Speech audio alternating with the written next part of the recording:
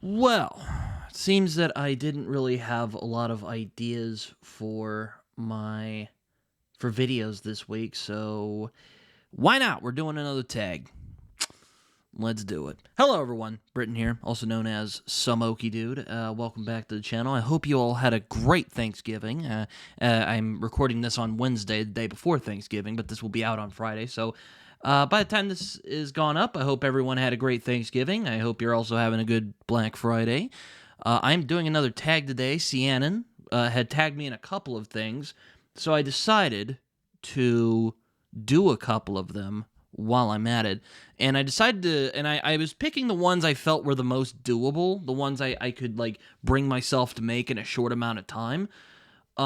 So yeah, today I am doing the BookTube Community Joy and Gratitude tag. So thank you, Cianon, for tagging me in this. Well, I won't yap for too much longer, so I guess we should get into this. So, yeah, let's go. First one we have here today, first question we have is joy. Name an author whose work brings you joy or discuss a specific book that made you feel joyful. My answer to that, at least for the author, is Charles Dickens. There were a couple I could name. This was actually kind of hard to pick, in all honesty. There are a few books that really make me joyful, but I did pick either between Charles Dickens or Ray Bradbury, and I decided Charles Dickens because, well, I have a more deep attachment to his work. But, I really like Dickens a lot. Dickens really has brought me a lot of joy over the years. I remember reading Oliver Twist when I was a kid and just loving that story and loving the characters in that story and wanting to see Oliver succeed even in this dark world that he happened to be in. And Dickens's belief in people and how the best of our natures could prevail has always really made me feel good about humanity because, there's a lot of things that make me feel bad about it. So it's always nice to feel good about humanity from time to time. But, yeah, I would say Charles Dickens is probably there. Ray Bradbury's a close second because there's always this sense, this enthusiasm and joy in his work that I really always admire. Even when he was at his, like, darkest, there was always this bright light of storytelling and his love for story and for life and, all that kind of stuff. But Charles Dickens is my answer, though, for an author that makes me feel joyful. So, yeah. Moving on, number 2 is friendship. Discuss a book that focuses on friendships. The book I have is one I read this year, and that is Lonesome Dove by Larry McMurtry. Well, I already kind of discussed a lot of my thoughts on this book. I went on Matt on Books channel to check it out, so I'll link that down below so you guys can go watch that. I had a lot of fun doing that. But, yeah, I would say Lonesome Dove is pretty good on this list. It was either that or the Gentleman Bastard series. But one of the things I really like about Lonesome Dove is, despite its epic length, like, it's pretty thick boy. Like, it's about 960-something pages, I think. Let me check here. No, it is 858 pages on my copy, but still a very chunky book. But what I really like about Lonesome Dove is, despite its length, it never feels too long. Like, all of it, like, the pacing is really well done, and the characters are really well done. And I really love the friendship between Gus McCrae and Woodrow Call, or they just call him Call, because, I don't know if it's actually he's embarrassed by his first name. I don't quite remember. But I really love the friendship between these two because they're just extreme opposites. Call is this very stoic, kind of steely-eyed, kind of, stoic cowboy, while Gus is very friendly, gregarious. He loves life, and he loves to talk. I mean, hell, half of this book is him just talking and getting under people's skin. But I really like their friendship because they're such opposites and they know each other very well. And it's almost like a platonic marriage of sorts. And it does get a bit deconstructed as the book moves along, that their attachment to each other is kind of sad by the end. But I really love the friendship and trust and the bond between Call and Gus. I think they complement each other very well, even though they're opposites. And also, there's the fact that they don't really work without each other. Like, one really needs the other, which, makes it tragic what happens at the end, which I won't spoil. But I really like how they complement each other. And really, the real reason that they're so close is that they're the only people who understand what the other has gone through. And that really is what makes a great friendship, at least to me, that is. And Larry McMurtry really depicts their friendship in a beautiful way in Lonesome Dove, and it is one of my favorite books of the year. So yeah, Lonesome Dove is my answer for number 2. Number 3, discuss an author or specific book that makes you laugh. Well, the one book I picked was Hitchhiker's Guide to the Galaxy by Douglas Adams, and that might shock very few of you because I talk about Hitchhiker's Guide a lot. But I really like Hitchhiker's Guide. It's a lot of fun. It's really zany. It's one of my favorite science fiction books, so there you go. But it's also just a really fun, like, it kind of reminds me a little bit of Joe Abercrombie. Like, there's a cynicism in Hitchhiker's Guide, but you can tell that Douglas Adams is kind of having fun with that cynicism. And, it's just, I really enjoy that a lot. And it's really fun when someone can do that well without coming off as really swarmy, which, because, that easily happens.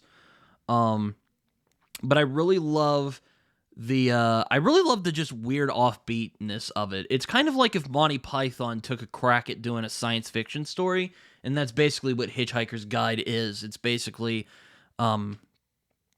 it's basically Monty Python in space. So if you guys enjoy that, you'll enjoy Hitchhikers. But I've had a lot of great laughs from that book, and a lot of laughs I still remember to this day. I really enjoy Adams' style because even though there's humor in there, there's this very deep philosophical depth as well. I mean, it's very existential at times, and I really enjoy I really like how he has fun with it. This could easily be a really bleak and depressing series, or a depressing book, but Adams, he has fun with it, and I really appreciate that. It's not completely bleak the whole time. It's just like, hey, we're having fun with this. Let's just run with it. So yeah, number 3 is Hitchhiker's Guide to the Galaxy. Number 4 is Community. Discuss a book where the idea of community is important. Now, this was actually a pretty hard question because there were a couple of books I could have chosen, but the one I ended up going with is one by a guy who is really good at writing communities, and that is It by Stephen King. This freaking chunky boy right here. But yes, It by Stephen King. I mean, what isn't this book? Like I said, I kind of went over my thoughts with my buddy Colin about a year ago now. I'll link that as well in the description if you guys want to watch that. But It is one of those, I would dare say this is Stephen King's best work. I mean, it really captures everything that makes his style work. His love for, as well as his deconstruction of small town America, the evil that lies within small town America, but at the same time, Stephen King really loves that. Really strong, developed characters who go through a lot of trials before they succeed, and of course, King's belief that people's better natures can succeed at the end. Can you tell I really like those kind of stories? But yeah, I think that It is a great book as well because I really love how he depicts communities, and he does this very well in a lot of his books, like 11/22/63, Salem's Lot, which is basically It with vampires. I mean, there's dozens of other books. Some of the better parts of Under the Dome really capture this well because, again, King is just so freaking good at depicting a community of people and just them going on with their lives, and he's exceptional at that, and I don't think he did any better than he did with It. I love the history, the world building he does in this. I mean, it's almost Faulknerian at points, though I still need to read some of Faulkner's other books, but you know what I mean. Great book. I mean, it is long, and there are points where King is kind of spinning his wheels a bit, but the storytelling in this is like 95% of the time brilliant. So yeah, it is great in terms of community. One of the best books I've ever read about a community. Um, I mean, you could knock someone out with this freaking thing. I mean, Jesus Christ. But yeah, it is my answer for a community. This is probably the best book I have read about a community, and Stephen King is really good at writing about them. So, yeah, let's move on to the last question. And the last question is gratitude. Demonstrate a book where a character demonstrates gratitude, or name a book that left you with a sense of gratitude. Let me take a drink before I do this question.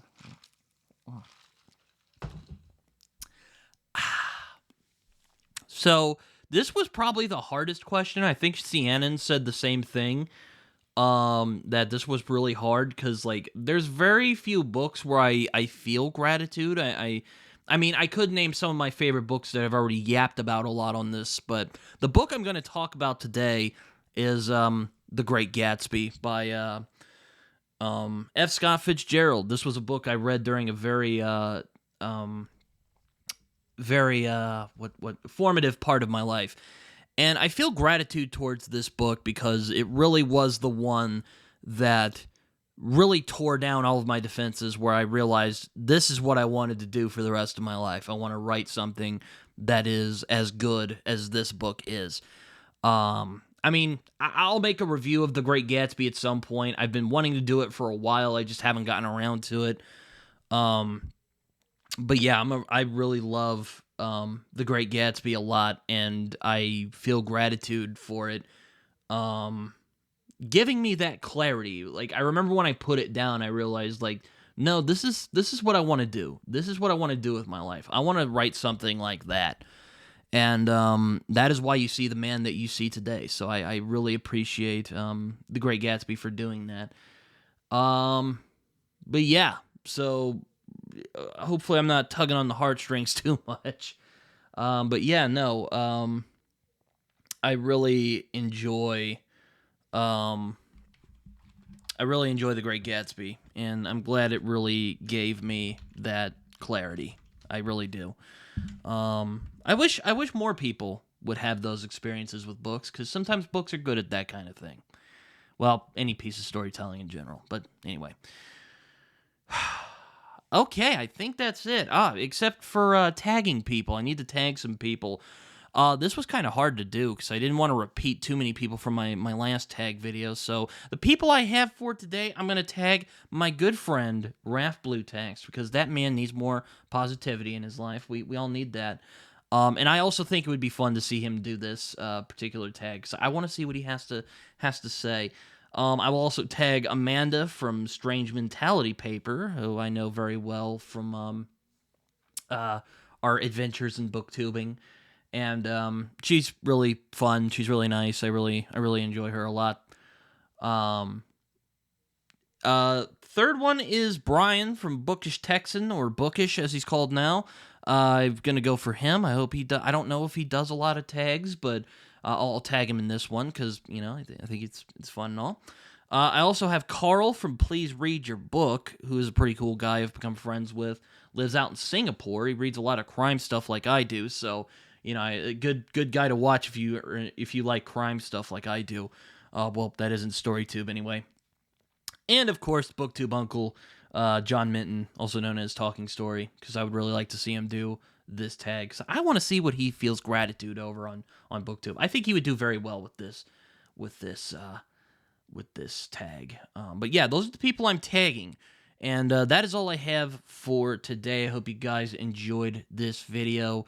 You can check me out on Twitter, Instagram. You can find me on Goodreads and Letterboxd, where I write reviews that are probably more coherent than the one you just heard right now.